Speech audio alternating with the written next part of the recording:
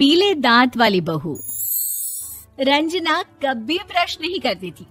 उसे कितनी बार उसके माँ बाप ने डांटा, लेकिन उसका कोई असर उस पर होता ही नहीं था, जिस कारण से उसके दांत पीले पीले हो जाते हैं। शादी के बाद। अरे बहू, वैसे तो तुझ में कोई कमी नहीं है, पर तेरे दांत इतने पीले कैसे हैं बेटा?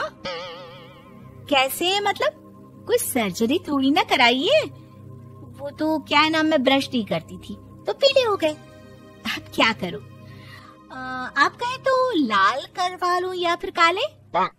यार ये क्या है, क्यों माँ से लड़ रही हो? लड़ रही हूँ? अरे मैं लड़ रही हूँ या ये बोल रही है कि दांत पीले हैं, पीले। अरे तपस्या थोड़ी ना की है इन्हें पीले करने के लिए। बकायदा ब्रश नहीं किया है 20 साल तक, तब जाकर। छी, कैसी बात कर रही हो? ये उस वक्त तो पीले नहीं थे जब हम लोग तुम्हें देखने आए थे। अरे तब साफ करवा लिया होगा डेंटिस्ट के पास जाकर। अब देखो कैसे पीले पीले लग रहे हैं। रंजना सास की तरफ गुस्से से देखती है। फिर शुरू हो गई पीले पीले पीले। अरे पीले तो तब भी थे जब मेरे हाथ का रसगुल्ला उड़ा उड़ा कर खा रही थी और बोल रही थी, लड़की नहीं गुणों का खजाना दे रहे भाई साहब आप। खैर, अब वो लोग करते भी तो क्या करते, पीले दांत वाली बहू पल्ले पड़ी थी तो झेलना तो था ही। एक दिन कीर्तन में रंजना गाना गा रही थी। अरे कमला बहन, माँ का द्वार है, यहाँ तो सब शुद्ध होकर आते हैं, फिर अपनी बहू को ब्रश भी नहीं करवाती तुम। दूर से पीले पीले दांत भक्ति में बाधा उत्पन्न कर रहे हैं। अरे कोई 2 साल के बच्ची थोड़ी ना लेकर आई हूँ मैं बहू बनाकर। अच्छी खासी लड़की है, अरे कैसे करवाऊं ब्रश? ये तो उसे खुद करना चाहिए ना। अब माँ बाप तो इसके जैसे तैसे निपटा दिए, ये नहीं सोचा कि सास कैसे संभालेगी। सास बहू को लेकर घर आ जाती है, लेकिन सोच लेती है कि अब इसे लेकर कहीं नहीं जाएगी। अगले रोज बहू कहती है, अरे क्या हो गया, मंदिर नहीं जाना क्या? कीर्तन का वक्त हो रहा है। मेरी मधुर वाणी से कान्हा जी जागते हैं और सोते हैं। आप तो जानती है ना उनकी भक्ति में कितना मन लगता है मेरा। वो क्या है ना, तबीयत ठीक नहीं लग रही है मेरी, आराम करूंगी मैं। तबीयत ठीक नहीं लग रही? अभी तो मिथुन के गाने पर नाच रही थी आप, और अब बोल रही है कि तबीयत ठीक नहीं लग रही। अरे भक्ति में मन लगा लो सासू माँ, ऊपर जाना है, क्या मुंह दिखाओगी आप? हाँ? सास को बहू की बात पर गुस्सा आ जाता है। मैं क्या मुंह दिखाऊंगी, इसकी चिंता तो ना कर, समझी? अपने मुंह की चिंता कर, जो ये पीले पीले दांत लेकर हर जगह पहुंच जाती है। पता है लोग कितना मजाक बनाते हैं। ना जी ना, मैं नहीं जाना कहीं तेरे साथ। तो ये बात है, कोई ना, मत जाओ, मैं अपने कमरे में ही बैठकर भक्ति कर लूंगी। ऊपर वाला दांत थोड़ी ना देखता है, मन देखता है, भावना देखता है। और अरे बस बस, तू सब कुछ दिखा, बस ये सफेद चमकदार दांत ना दिखाना किसी को, है? जा यहाँ से।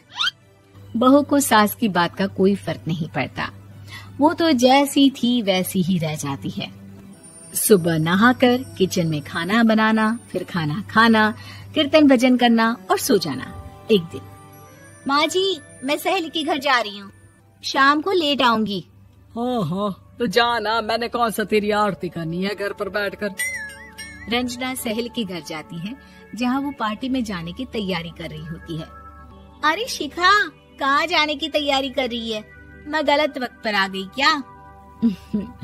अरे नहीं यार, उल्टा सही वक्त पर आई है। मैंने ये साड़ी और ज्वेलरी निकाली है यार, शाम को इनके ऑफिस की एक पार्टी में जाना है। बताना कैसा लग रहा है ये सब? नहीं यार, इस ड्रेस के साथ तो वो वाली ज्वेलरी अच्छी लगेगी। हाँ हाँ सही बोल रही है, मैंने ध्यान ही नहीं दिया। वैसे तो हमेशा से मस्त फैशन सेंस रखती है। तो बड़ा जाती होगी ना पति के साथ पार्टी में। रंजना कुछ नहीं बोलती, बस सोचती है कि यार काश ये बात सही हो जाती, पर मैं क्यों नहीं जाती पार्टी में? क्या इन लोगों की कोई पार्टी होती नहीं होगी? रंजना घर आती है और रात में पति से सवाल करती है, एक बात बताइए, आप मुझे किसी पार्टी में क्यों नहीं ले जाते? क्या आपके यहाँ ऑफिस में पार्टी नहीं होती? पति बेचारा क्या कहता कि दांत पीले हैं तुम्हारे इसलिए। अरे कोई पार्टी होती नहीं हम लोगों के ऑफिस में, तो कहाँ से लेकर जाऊं? और मार्केट, मॉल, कहीं वीकेंड घूमना, कहीं तो। अरे यार सारे हफ्ते में एक छुट्टी मिलती है, तो सोचता हूँ कि आराम ही कर लूं। क्यों? रंजना मन मार के रह जाती है। पहले कभी सास के साथ मंदिर जाया करती थी, लेकिन वो भी सास ने ले जाना बंद कर दिया। घर बैठी बैठी रंजना बोर हो जाती है। तभी उसे आइडिया आता है और वो मायके जाने का सोचती है।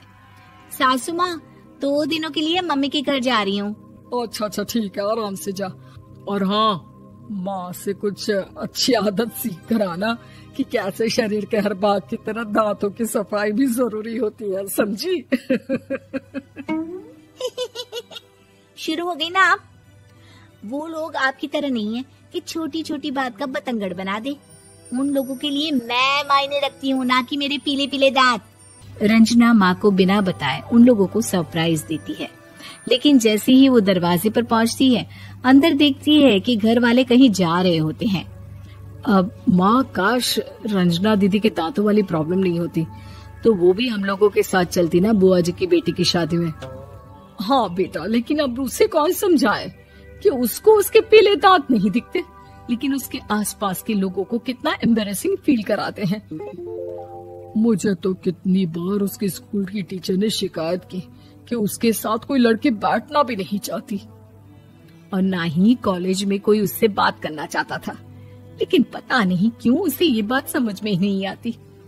कोई कमी नहीं है उस लड़की में, बस यही कि दांत पीले हैं।